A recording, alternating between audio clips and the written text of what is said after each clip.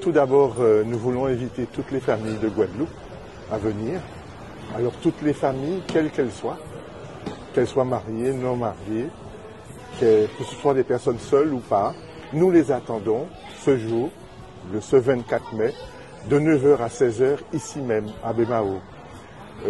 Notre souhait, c'est que le maximum vienne. Tous ne pourront pas venir, malheureusement. Mais nous lançons l'invitation et nous invitons ceux qui désirent rencontrer le diocèse, rencontrer l'Église, mais aussi se ressourcer, tout le peuple de Dieu à venir à ce rendez-vous diocésain. Alors l'inscription, ça peut se faire de deux façons.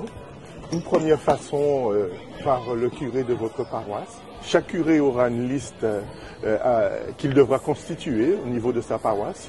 Derrière, nous avons aussi la possibilité de nous inscrire par l'intermédiaire d'un QR code qui sera sur l'affiche que vous allez recevoir, ou que vous avez déjà reçu peut-être. Nous avons une limite. Cette limite, je ne vais pas la préciser tout de suite, mais inscrivez-vous, c'est ça le plus important, parce que l'important c'est que Dieu veut vous rencontrer.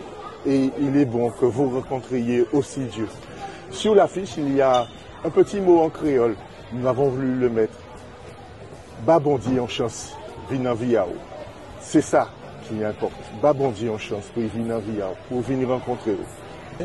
Alors, un programme riche, un programme d'enseignement, un programme de messe, mais pas seulement, un programme de rencontre, un programme de louange, un programme de partage.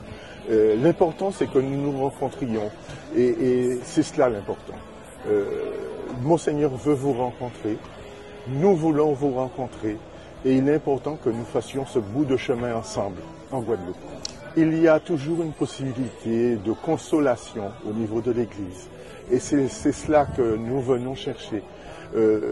Toutes les familles ne vont pas bien, et derrière, il s'agit justement de les écouter, de partager, et puis qu'ils se rendent compte qu'ils ne sont pas seuls à souffrir ou à être en danger.